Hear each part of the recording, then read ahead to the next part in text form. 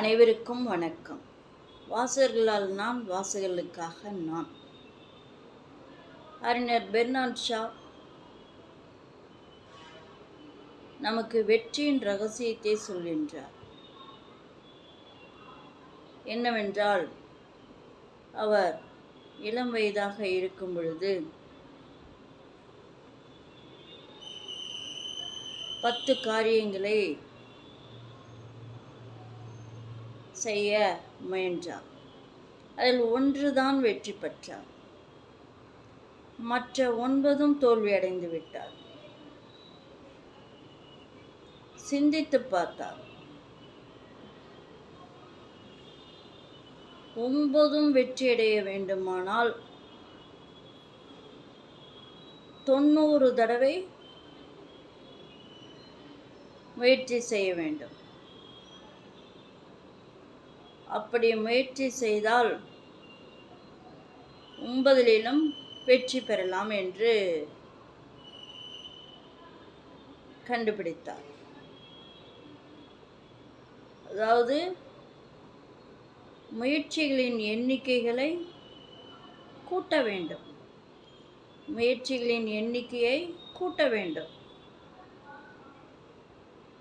அப்பொழுது வெற்றி நிச்சயம் என்று உறுதி செய்தார்.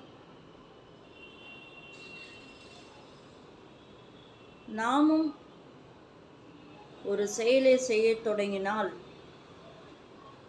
அதில் தோல்வி கிடைத்துவிட்டால், தோல்வி கிடைத்துவிட்டதே என்று மனம் நொந்து அதைவே சிந்தித்து கொண்டு வேறு செயல்களை செய்யாமல் முடங்கி கிடக்கக்கூடாது. முடங்கி கிடந்தால் மறு செயலை செய்ய முடியாது. ஆகவே தோல்வி அடைந்தால் மீண்டும் மீண்டும் மனம் தளராமல் முயற்சி செய்ய வேண்டும். அதையேத்தான் நான் ஒவ்வொருத்தரையும் திரும்ப திரும்ப சொல்கின்றேன். தோல்வி என்பது யாருக்கும் நிரந்தரம் அல்ல. வெற்றி என்பதும் யாருக்கும் நிரந்தரம் அல்ல. அது இரவு பகல் மாறி மாறி வந்து கொண்டே இருக்கும். முயற்சியும் பயிற்சியும் சேர்ந்ததுதான் வெற்றி. நாம் தோல்வியடைந்து விட்டோமே, எதற்கும் நான் கையாலாகாதவன், அதிர்ஷ்டம் இல்லாதவன் என்பதை சொல்லக்கூடாது. அதிர்ஷ்டம் என்பதை யாருமே நினைக்கக்கூடாது. துரதிர்ஷ்டம் என்பதை யாருமே நினைக்கக்கூடாது. அதிர்ஷ்டம் துரதிர்ஷ்டம் என்பது கிடையவே கிடையாது. எல்லாம் நம் கையில் இருக்கின்றது. நாம் முயற்சி செய்தால் முடியாதது உண்டோ? முயன்றவர் தோற்றது இல்லை. என்ன, ஒரு சிலருக்கு ஆரம்பத்திலேயே வெற்றி கிடைக்கும்.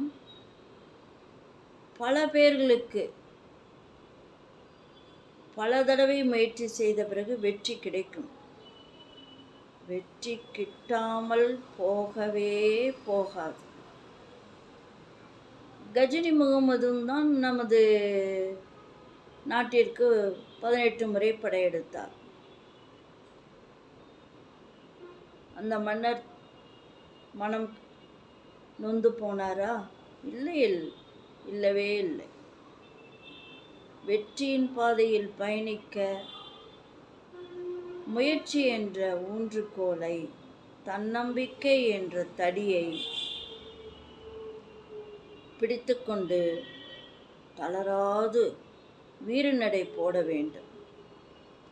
வெற்றி என்பது நம் கையில்தான் இருக்கின்றது. பிறரை சாடுவதும் நியாயமல்ல. உன்னால் என்னோடது கெட்டுவிட்டது என்று சொல்லக்கூடாது. அது நம்முடைய செய்ய இயலாமையை காட்டுகின்றது. மனம் அமைதி பெற, நாம் முயற்சியாக செயல்பட தன்னம்பிக்கை மிக மிக அவசியம். தன்னம்பிக்கை இருந்தால் பாறைகளை கூட தகர்த்தெறிந்து விடலாம். முற்போக்கு எழுத்தாளர் வி.எஸ். ரோமா, கோயம்புத்தூர்.